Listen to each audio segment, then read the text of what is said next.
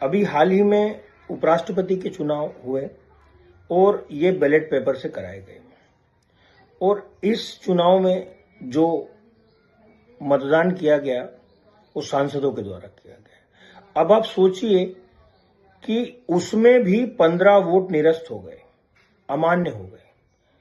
आप कल्पना कीजिए कि कैसे चुनाव आयोग एक एक कॉन्स्टिट्यूएंसी में 10-10 लाख वोटर्स होते हैं, उनकी चुनावी प्रक्रिया कराता है। यहां मात्र महज 500-600 लोगों में भी 15 वोट निरस्त हो गए।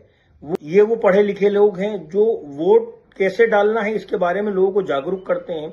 जब इतने छोटे से मंच पे 15 वोट निरस्त हो सकते हैं तो आप सोचिए बैलेट पेपर से चुनाव कराने में कितने सारे वोट अपने आप स्वतः निरस्त हो जाते हैं। तो कृपया करके इस प्रकार की चीजें जब आप खुद पालन नहीं कर सकते, खुद 500 लोगों में ही 15 वोट जब निरस्त हो जाते हैं, तो कैसे इतने बड़े लोकतंत्र में 10-10 लाख लोगों में अगर मान के चलो कि 2%, 5% वोट भी अगर निरस्त होते हैं तो इस बैलेट प्रक्रिया से वोट निरस्त होने का जो हिसाब किताब है वो कुछ ज्यादा ही दिख रहा है।